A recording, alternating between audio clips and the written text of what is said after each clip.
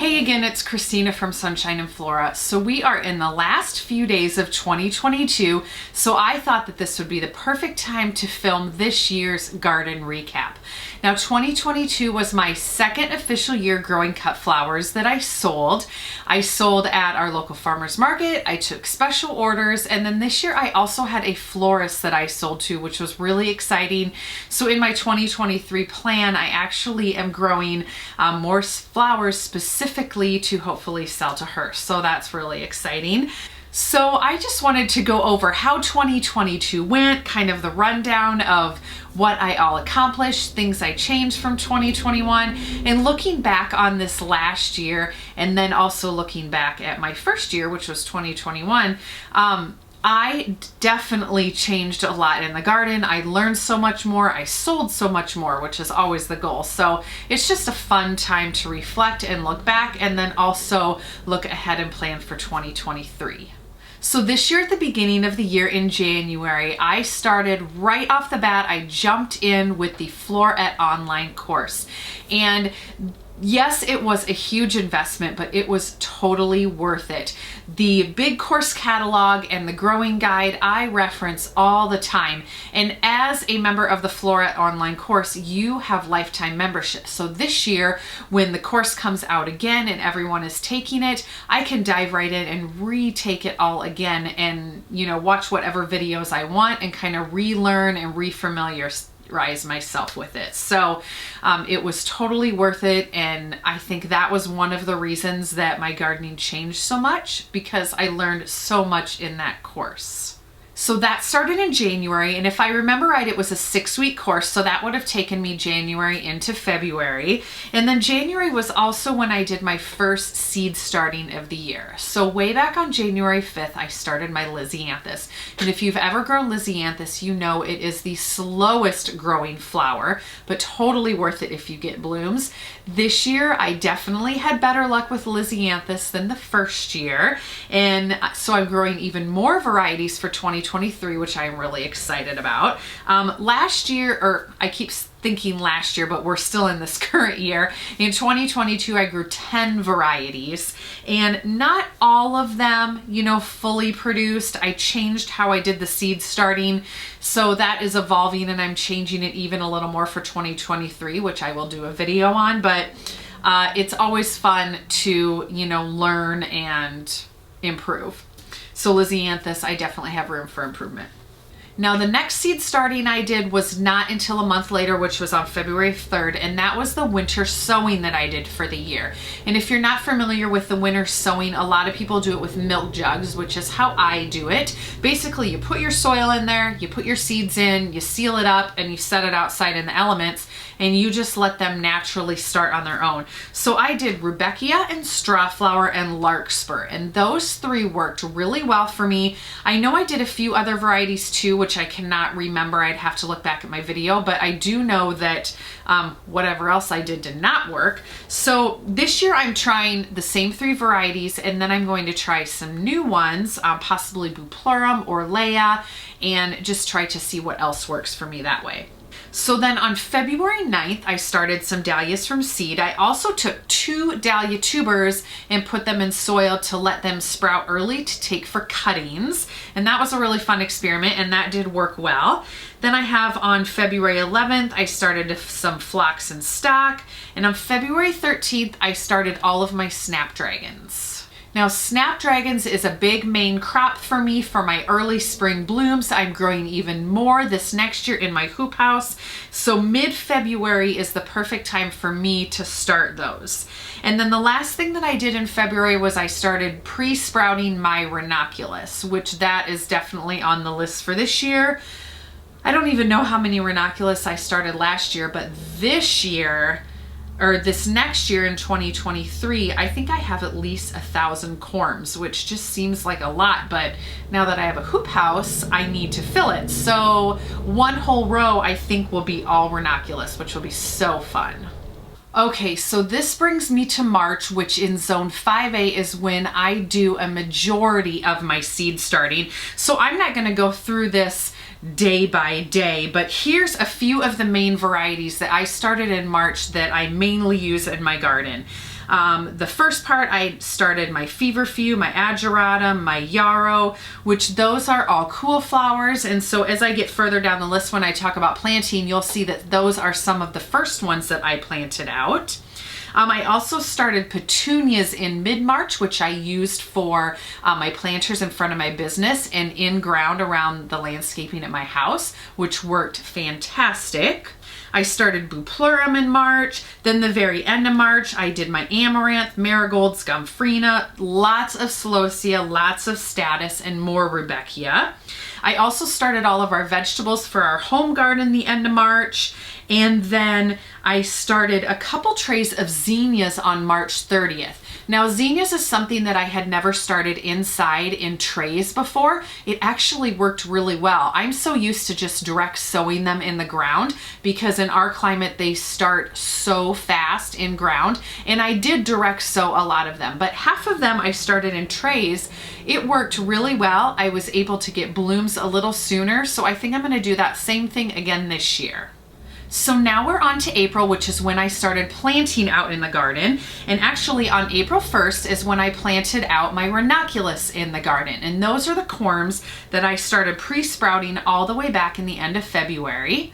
Now this last year I planted them in some elevated beds. This next year in 2023, all my ranunculus are going to be going in my hoop house, which I hope will give me substantial blooms because in 2022, I barely got any. I just don't think it was the right spot. Then we ended up having a lot of cold snaps even into May, and it was just a weird spring for weather. So I'm hoping this year by putting them in the hoop house, they will have a more controlled environment, and I hope to get lots and lots of blooms, not only to sell in my spring bouquets and my bouquet subscription, but also to hopefully sell to a florist or two. Then the next thing I planted out wasn't until April 26th, and I planted my yarrow and my stock out. And then April 28th, I planted all of my snapdragons and my feverfew.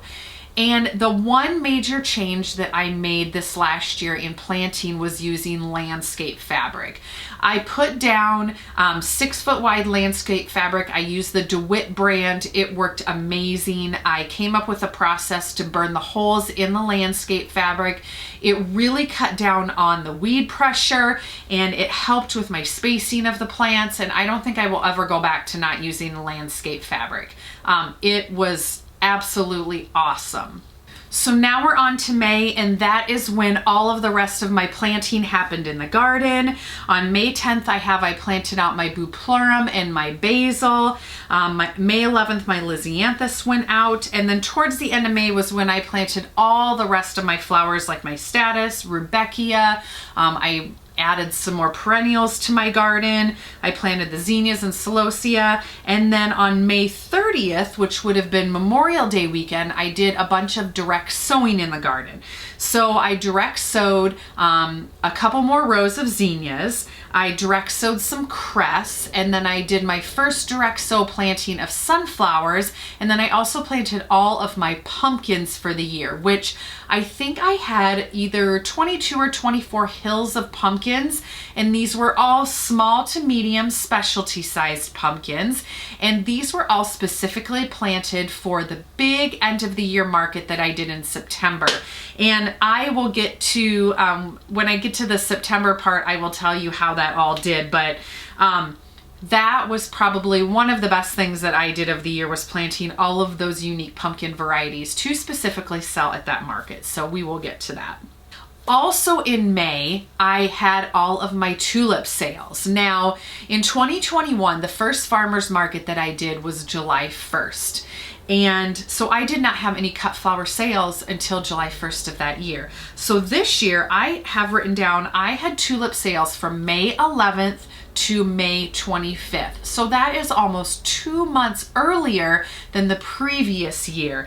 And I think I planted maybe 1,000 to 1,200 tulip bulbs in 2022. For 2023, I have 3,100 in the ground right now. I have another 500 to 600 in crates, and I have probably another 900 in the fridge cooling that I'm going to try forcing early inside. So hopefully that project will work too. But I'm really upping the ante on my tulip sales this year for spring bouquets, hopefully Mother's Day sales, and hopefully to selling to florists as well. But the tulips last year really helped sales early. Now I have on June 3rd, I planted out 73 dahlia tubers. So my dahlias were in the ground also a month earlier, just because of how I was formatting the garden this year. I put them out a month earlier for 2022. And then my first farmer's market of 2022 was on June 7th. So an entire month earlier than 2021.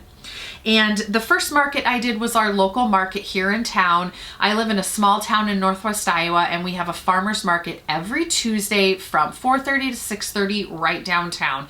And this year I took it over as the market manager. I recruited different organizations or food trucks to serve supper every Tuesday at the market. We had probably 10 to 15 vendors every single week, which was up from 2 to 3 every single week. And it was a hit. We had pony rides and it was really great. So I can't wait to see how that grows through the year also. But that was the market that I did every single Tuesday, June through September. I also did a market that was about 15 minutes away in my hometown, which is another very small town.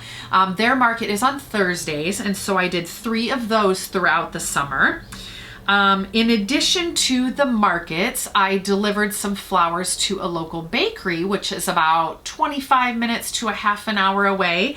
And I have down that I took her deliveries 5 different times. So I hope to increase that for 2022 as well. I started off by taking her tulips in the spring, and then I did it a couple times in the summer and then a couple times into the fall. And they sold out, or almost sold out, I think, every single time. So that was great too. Now I added a florist to my sales this year. I have down that I took 6 deliveries to a florist, which is about a half an hour away. I hope to sell to her even more this year and maybe find another florist to sell to. And then my favorite event of the year is called the Maiden Found Market Midwest, and it is down in Anthon, Iowa. And I had a whole series of videos that I did last September on those, from preparing to harvest to doing the bouquets, and then I actually showed you guys the market as well. That was on a Saturday, September 24th. It was perfect weather. The first year I did it, which was 2021, everyone was blown away by the turnout. I sold out in like 2.5 hours. This year, we were even more blown away. It had doubled in size in vendors, more than doubled in size in attendees, and I sold out yet again. So just to go over that market a little bit, I had a 10 by 20 booth space. All of the specialty pumpkins that I had grown went down to that market. So I took the little miniature pumpkins and then all the small to medium sized pumpkins. I think I took anywhere from 350 to 400 of those. I came out with 16 little pumpkins. That's it. Everything else sold. I also took 15 large $25 bouquets, and I took something like 85 to 90 of the small jelly jar bouquets. All of the flowers completely sold out. So the only thing that I came home with was 16 little pumpkins. It was amazing and a complete success, and I absolutely cannot wait to do that this next year. So that was the big finale of the season, and it was just absolutely amazing. So if you have not watched those videos, go back a few months into my September and you'll see my biggest market. I have 3 different videos on that. So this year I have down that my last harvest was back on October 12th. And then I started amending the soil, ripping everything out, and started prepping for 2023 already. So on November 8th, I planted 375 daffodil bulbs. Daffodils is something that I have not had in the garden before, so I'm really excited to have those for spring. And then on November 9th, 22nd, and 28th were the 3 days that I was able to get all of my tulips in the ground. And like I said, I have about 3,100 in the ground, 500 or 600 in crates, and then I have another 900 in the fridge here. And that's going to be awesome in the spring to see all those bloom. I also did a video with all the tulips I'm going to be growing for 2023. I really did a lot of research on varieties this year and ordered ones that were specifically, well known and popular for cut flowers. And the Flora, of course, was one of the things that really helped me decide on those. I ordered lots and lots of varieties. This year I plan to really evaluate those varieties and narrow it down just to specialize in a few more varieties. So this will be a really fun year specifically for growing all the tulips. So as far as a recap overall on how the garden has changed this year, I did add a little more space from the previous year. I still grew in my same fenced in area, which is about a 20 by 50 space. Not huge. If you're not familiar, my garden is downtown next to my photography studio, so it is technically an urban garden, but I am able to fit so much in that small space. So this year I really tried to utilize every single inch of space in that spot, and I think I did a pretty good job. I hope to do even better in 2023. Then on the outside of my fence, I have a cottage garden area, which I added a trellis to, and that's where I grew a lot of the mini pumpkins. Also in 2021, my garden area also had vegetables incorporated into it. 2022, it was 100% cut flowers, and so that upped my growing space as well. And then towards mid-season, I did add 4 4x4 raised beds into the garden. I plan to add 4 more this year, so that will add a little more growing space. And then of course with the hoop house, that's going to add a lot of space. So I'll be sharing my whole garden plan very soon for how I'm going to configure the hoop house with even more beds around it, as soon as I figure that out. But that'll be coming early in 2023 when I share all of that with you guys.